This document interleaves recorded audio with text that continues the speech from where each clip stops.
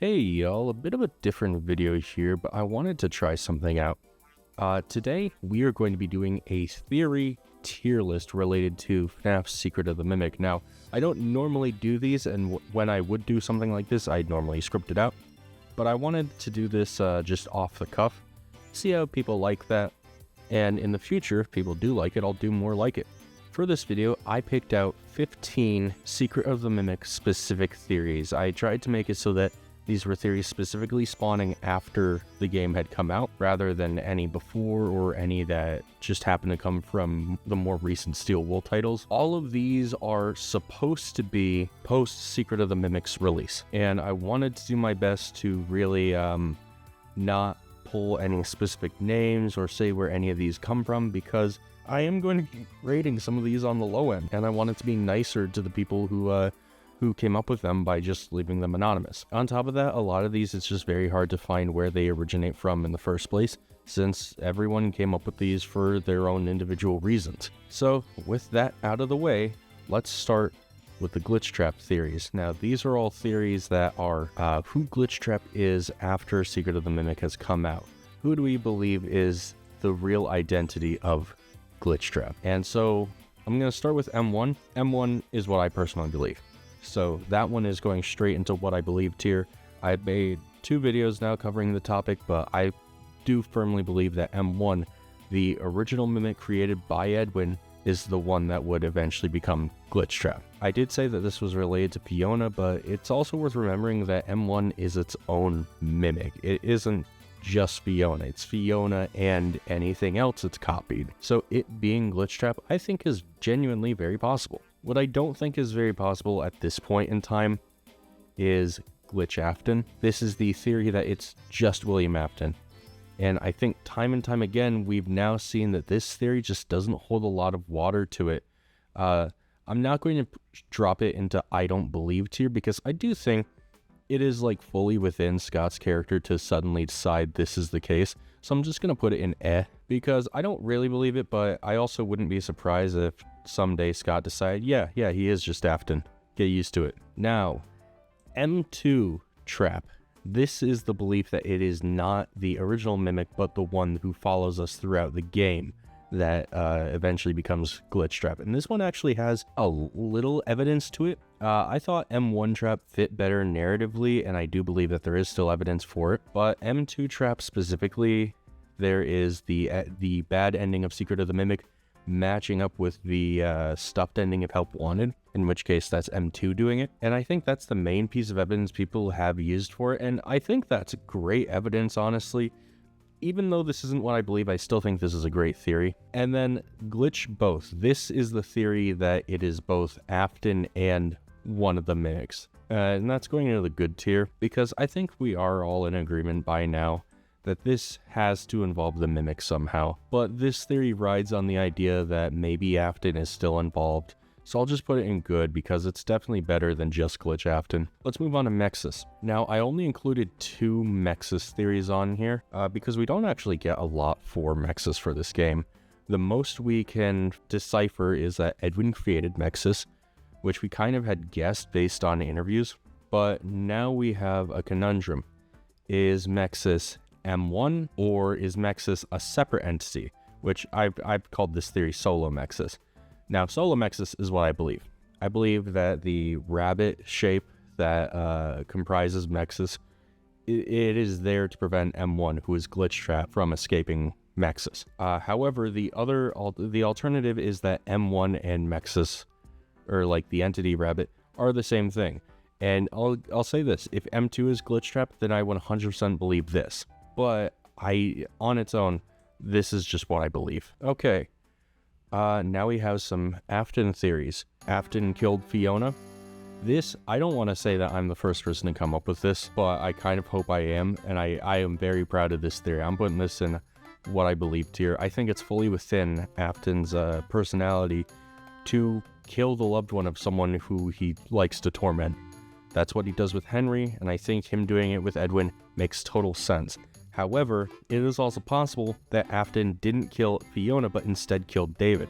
In fact, both of these are possible now that I think about it. In fact, that might be true. Well, let's see someone get on that. I'm going to put this in good tier. We don't really have any reason to believe that Afton played a part in David's death, but we also have to consider that David was unsupervised when he died, so it's entirely possible, and considering David's book death is a car accident, and one of the ways we see Afton kill people is with a car, or at least a car is involved. I actually think that this is a somewhat decent guess. This is one that a lot of people on Twitter got mad at me for. Edwin lives or Deadwin?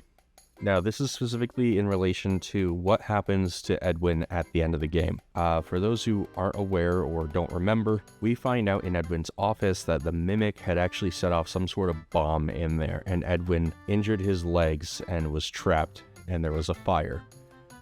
And we never find out what happens after that. Now, a lot of people believe Edwin dies here. You know, we don't find out anything more about him. He's no longer among the living. And I'm gonna put this in I feel like this is jumping the gun a bit. If Edwin really were dead, I feel like we would see, or at least get some more confirmation of that. I'm personally in the camp that Edwin lives.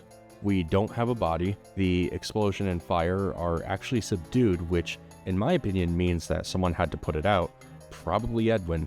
And I know some people have brought up the cleanovac being there, maybe having Edwin's body stuffed inside it, but that would also mean that it shrunk his body down into a fucking cube. So I'm personally of the belief Edwin lives. And I think Deadwin, as entertaining as the pun is, I don't think it's very good. I think it is solely relying on you not thinking critically about the scene in front of you and just trusting the fact that you don't see him as evidence that he's dead. And now why did this get out of order? We now move on to White Tiger. Oh, actually, you know what? I'm putting this in I don't believe tier. That needs something down there. So, the only two real theories I've seen so far are that it's either a ghost or that it's the Mimic. And there doesn't really seem to be any in between on that. So here's what I'll do. Spirit Tiger, I'm just putting it in what I believe tier. Whether it's David's ghost or whether it's another ghost, hard for me to say. It definitely seems like it's David. But I mean, this is also FNaF, and to be honest, if M2 is possessed by David, I don't think it makes a lot of sense for David to also appear as White Tiger. I definitely do think it's a ghost at the very least, so I'm putting that up there. And Mimic Tiger, I'm just dropping down to don't believe, if only because in the context of the game, the Mimic shouldn't really be able to get down to where you are. And in fact, we don't see him for a while after that section. So I'm just putting him down here because if this is the Mimic, it doesn't match any other Mimic encounter in the game. And now, before we get to these last two theories, which are very fun, we talk about loop theory. This is the theory, I believe anyway, because I'm still a little iffy on the details. Secret of the Mimic, a time loop. Now, I believe this is in relation to the notes that you can find, which seem to be potentially written by M1, wherein she remembers the death that she has in the Tales books, which don't seem to be canon anymore. So the excuse here is that it's a time loop, it's always repeating, and M1 or Fiona is remembering events from a different timeline. I mean, honestly, there's not really anything to this outside of just trying to find an excuse for that note. And this is something I've noticed before with games like Into the Pit, where because the different versions of that story across the game or the two books aren't one-to-one with each other, people believe that it's a time loop.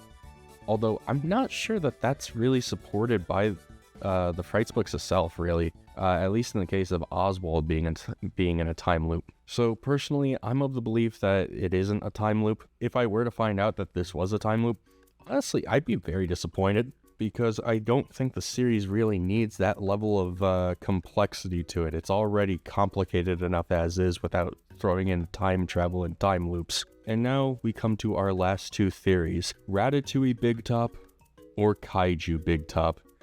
Now, these are the theories related to how the Mimic controls Big Top, because we know for a fact that the Mimic controls Big Top. The question is, in the Ratatouille Big Top theory, is M2 inside the hat, controlling it like how Remy controls the fucking linguine in Ratatouille. I'm gonna be real.